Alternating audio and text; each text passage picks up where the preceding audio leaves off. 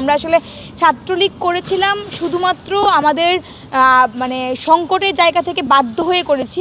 এখন আমরা অবশ্যই দেশের স্বার্থে, বৃহৎ স্বার্থে আমরা ওই জায়গায় নেই। আমরা শিবিরের সাথেও আছি, আমরা দলের সাথেও আছি, আমরা সবার সাথে খুবই সৌহার্দ্যপূর্ণ আচরণ করতেছি। কোনো ঝগড়াঝাটি, মারামারি এমন কোনো পর্যায়ে নেই, আমরা ব্যক্তিগত পর্যায়ে খুবই ভালোভাবে তাদের সাথে আছি। ছাত্র দলের কমিটি বিলুপ্ত করা হোক, শিবিরের কমিটিকে প্রকাশ্যে এনে বিলুপ্ত করা হোক। সো প্রকাশ্যে আনার ব্যাপারটা আপনাকে হাইলাইট করেছেন, কিন্তু এটাকে যে পরবর্তীতে বিলুপ্ত করা হবে সেটা আপনারা হাইলাইট করেন নাই।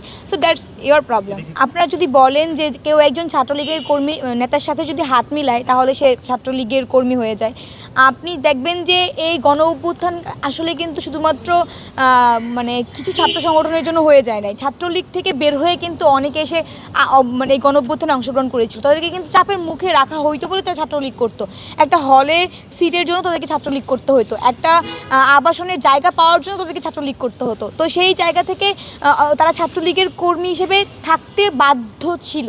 এবং যখন তারা আসলে সুযোগ পেয়েছে এই গণ অভ্যুত্থানে নিজেদেরকে প্রকাশ করার, যে আমরা আসলে ছাত্রলীগ করেছিলাম শুধুমাত্র আমাদের মানে সংকটের জায়গা থেকে বাধ্য হয়ে করেছি, এখন আমরা অবশ্যই দেশের স্বার্থে, বৃহৎ স্বার্থে আমরা ওই জায়গায় নেই, তাহলে কখনো তাদেরকে ওইভাবে দোষারোপ করা যায় না তারা ছাত্রলীগ করেছে এবং সেই ক্ষোভে তারা হচ্ছে যে ফিল্টার ভেঙেছে। কখনো দোষারোপ করা যায় না। ওয়ালটন এখন দেশের সীমানা পেরিয়ে পৌঁছে গিয়েছে 50টিরও বেশি দেশে। ওয়ালটন, ঘরে ঘরে, বিশ্বজুড়ে।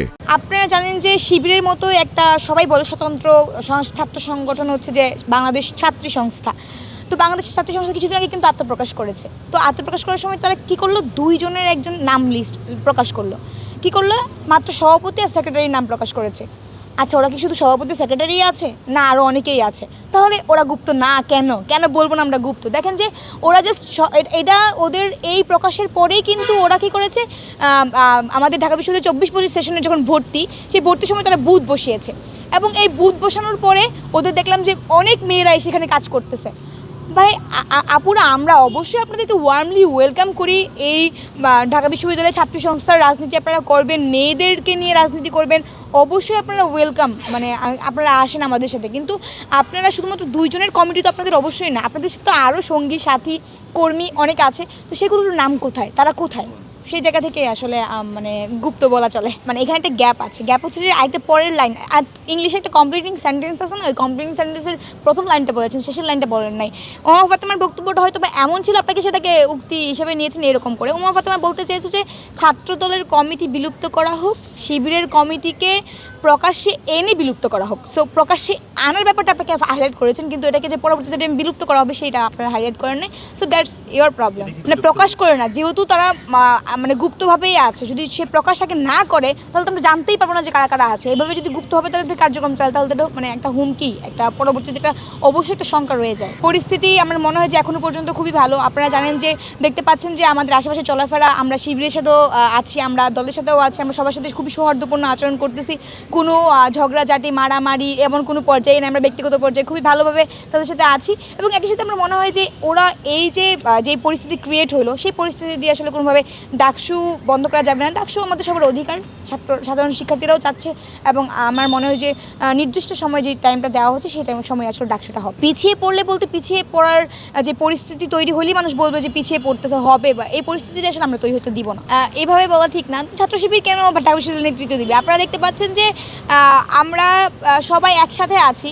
তো অনেকেই বলছেন যে আসলে ঢাকা বিশ্ববিদ্যালয়ের ভিসি প্রক্টর বা যারা আছেন সবাই হচ্ছে জামাতপন্থী হইতে পারে। তো সেই জায়গায় হয়তো বা অনেকের এটা মনে হইতে পারে, কিন্তু আপনি যদি প্রশাসনের সাথে কথা বলতে চান, কোনো ব্যাপার নিয়ে কথা বলতে চান, তখন অবশ্যই বুঝবেন যে সবার সাথে স্যাররা একই রকম বিহেভ করতেছে, একই রকম উঠা বসা।